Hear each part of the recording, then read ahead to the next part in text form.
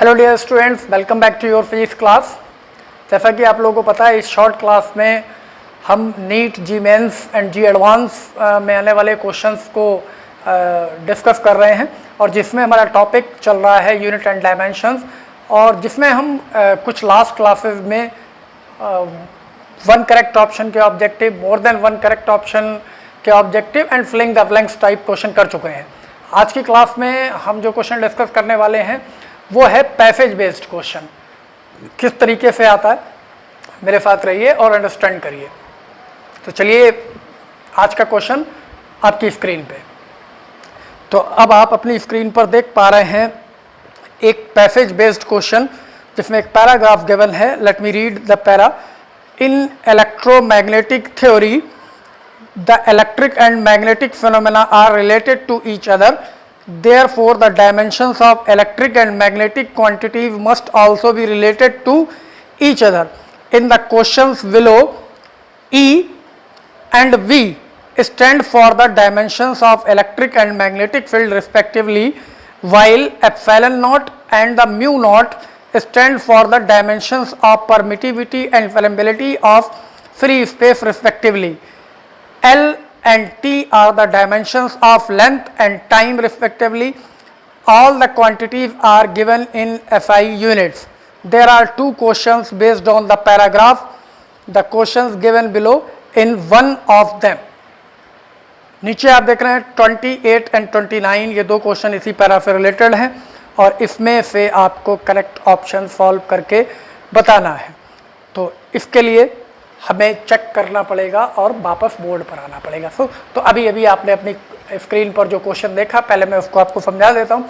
Question के according ये कह रहे हैं कि इलेक्ट्रिक और मैग्नेटिक फील्ड आपस में कहीं ना कहीं रिलेटेड होते हैं, तो उनकी डायमेंशंस में भी किसी न किसी तरीके का रिलेशन होना चाहिए। उसके बेस पर आपको इलेक्ट्रिक और मैग्नेटिक फील्ड के जो 4 ऑप्शंस क्वेश्चन में गिवन है उनमें से एक को प्रूव करना है। और जिनमें क्वेश्चन में ये भी आपको अंडरस्टैंड करना है, इलेक्ट्रिक फील्ड की कोई अलग से डायमेंशन नहीं होगी, उसका सिंबल ई, उसको मतलब as a fundamental unit assume किया गया एलेक्ट्रिक फील्ड के यूनिट को, उसकी डायमेंशन को कैपिटल ई से ही रिप्रेजेंट करना है और मैग्नेटिक फील्ड की डायमेंशन को कैपिटल बी से ही रिप्रेजेंट करना है, लेंथ की डायमेंशन को एल से एंड टाइम की डायमेंशन। तो इन टर्म्स ऑफ ये क्वेश्चन आज के हमारी क्लास का क्वेश्चन 1 है और जो आपके पैरा में दिख रहा है आपको 28 क्वेश्चन दिख रहा है, उसमें हमें इनको रिलेट करना है। तो रिलेट करने के लिए पहले हमें ई और बी में यूज होने वाले फॉर्मूले चेक करने पड़ेंगे। तो द इलेक्ट्रोस्टैटिक फोर्स जो होता है वो होता है ई या फिर क्यू ई, और जो मैग्नेटिक फोर्स होता है वो हमें पता है वो होता है q v B, charge, velocity and magnetic field, charge and electric field. तो इन टर्म्स ऑफ डायमेंशन की अगर हम बात करें तो सेम क्वांटिटीज की डायमेंशन भी सेम होंगी। तो इन दोनों में ही force is the same quantity, physical quantity, चाहे वो मैग्नेटिक हो चाहे इलेक्ट्रिक हो, डायमेंशन लेवल पे तो वो सेम ही है। तो हमें अगर इनको इक्वेट करें तो q E equals to q v हमें मिल जाता है। यहाँ पे क्यू कैंसिल आउट हो गया और हमारे पास में एक रिलेशन आ गया ई इक्वल्स टू वी। इस रिलेशन को हम डायमेंशन लेवल पे यूज करें तो इलेक्ट्रिक फील्ड का यूनिट होता है न्यूटन पर कूलम, मैग्नेटिक फील्ड का यूनिट होता है टेस्ला। बट यहाँ उन टर्म्स पे नहीं जाना है, यहाँ इलेक्ट्रिक और मैग्नेटिक फील्ड के सिंबल्स को ही इलेक्ट्रिक और मैग्नेटिक फील्ड की स्टैंडर्ड डायमेंशंस कंसीडर किया गया, जैसा कि क्वेश्चन में दिया है। बी का होता है यूनिट मीटर पर सेकेंड, और मीटर लेंथ के लिए तो लेंथ की डायमेंशन एल गिवन है और टाइम की टी गिवन है।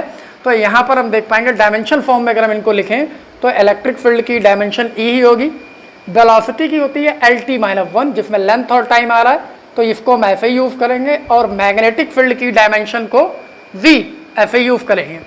तो यहाँ जो रिलेशन डेवलप हुआ है वो होगा E equals to this v L T -1, ये इनमें रिलेशन होगा। अगर ऐसा कोई ऑप्शन क्वेश्चन में है तो वही ऑप्शन करेक्ट होगा। इसके लिए हम एक बार स्क्रीन पर वापस चल के क्वेश्चन को देखते हैं।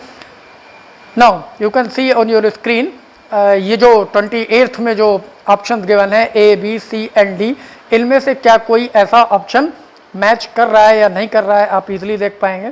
तो E equals to B L T -1 ऐसा कोई ऑप्शन है, E equals to v L T -1, ये ऑप्शन आपको सी मिल रहा है, बी एल टी -1। ठीक है, आपको स्क्रीन पे दिख रहा होगा। तो हम वापस आते हैं, तो इसमें जो करेक्ट ऑप्शन है वो इसका आंसर जो है वो है ऑप्शन सी। ठीक है, अब इसका जो दूसरा इसी पैरा से रिलेटेड जो दूसरा नेक्स्ट क्वेश्चन, मतलब हमारी आज की क्लास का ये फर्स्ट क्वेश्चन, लेकिन इस क्वेश्चन का दूसरा पार्ट, ये 28th पार्ट था और 29th क्वेश्चन को उसको देखने के लिए एक बार स्क्रीन फिर से चेक कर लेते हैं। चलिए देखते हैं। अब आपकी स्क्रीन पर जो पार्ट है उसके अकॉर्डिंग आप देख पा रहे हैं the relation between epsilon naught and mu naught है। इनमें से भी 4 ऑप्शन गिवन है, A B C and D, तो इनको भी हमें चेक करना है। तो वापस आते हैं बोर्ड पे। तो हमें पहले तो ये पता होना चाहिए जो एप्सिलॉन नॉट म्यू नॉट है, इनमें क्या कोई फॉर्मूला है जो इनको रिलेट करता हो। तो अब आप अगर कम्पिटिटिव प्रिपरेशन कर रहे हैं तो ये सब तो आपको पेपर रखना ही पड़ेगा। तो हमारे पास में ये टर्म है the c square is equals to 1/μ0 epsilon nought. ठीक है, क्योंकि सी का फॉर्मूला ये होता है 1/μ0 एप्सिलॉन नॉट। ठीक है, c is the speed of light, mu is the permittivity of free space and epsilon nought is the permittivity of the free space. इस फॉर्मूले के अकॉर्डिंग हमें इनमें से किसी एक की डायमेंशन निकालनी है और ये भी कह रहे हैं कि म्यू नॉट और एप्सिलॉन नॉट इनकी डायमेंशन यूनिट वाइज नहीं निकालनी है, ये खुद डायमेंशंस हैं। तो हम अगर इसको रिलेट करें तो हम ऐसे लिख पाएंगे mu nought 1/c² epsilon nought. C तो स्पीड ऑफ लाइट है और स्पीड में लेंथ और मींस डिस्टेंस और टाइम दोनों ही आएगा, और एल और टी स्टैंडर्ड डायमेंशंस हैं क्वेश्चन के अकॉर्डिंग। तो म्यू नॉट को जब हम डायमेंशनल फॉर्म में लिखेंगे तो इसकी डायमेंशन को यही माना गया है 1/डायमेंशन of c square. C speed of light है जिसकी डायमेंशन LT-1 होगी और इसका स्क्वायर, और एप्सिलॉन नॉट को इसी को स्टैंडर्ड डायमेंशन माना गया है।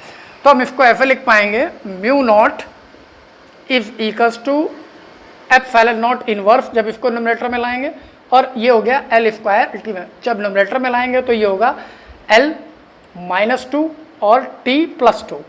ठीक है, तो this should be the correct relation between these mu naught epsilon naught and L and T।